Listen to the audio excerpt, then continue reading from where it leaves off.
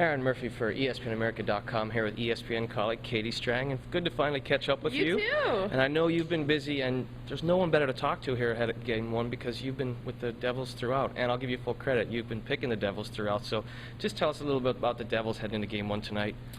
Yeah, I think a team that sort of became a pleasant surprise, very much exceeded people's expectations, and really seemed to garner quite a bit of momentum, beginning in that series in the semifinals against Philadelphia. Just a very, deep, offensively balanced, aggressive, dynamic team that has given people a lot of trouble. They've flustered people with their forecheck.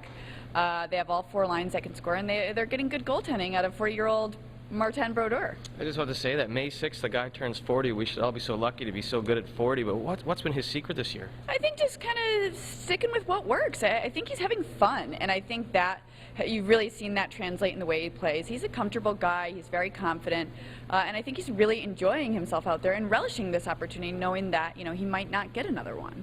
What about Coach Peter DeBoer? I mean, he's really got this team going. Like you said, you mentioned the forecheck there. I don't know if the Kings have seen anything like that in the playoffs. Do you think this is the key right here?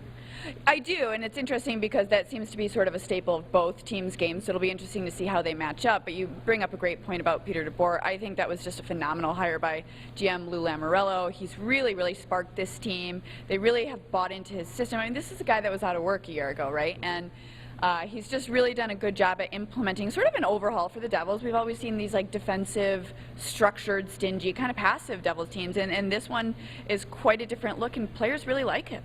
One last thing, Ilya Kovalchuk took a lot of heat for his contract. I mean, and Lou Lamoriello took a lot of heat for that big contract, kind of paying off now. Absolutely. He's been a really dominant player for them. He had 5 points in the last series and was very, very strong. He's showing, all of his critics that, hey, this is why I'm signed to a $100 million deal.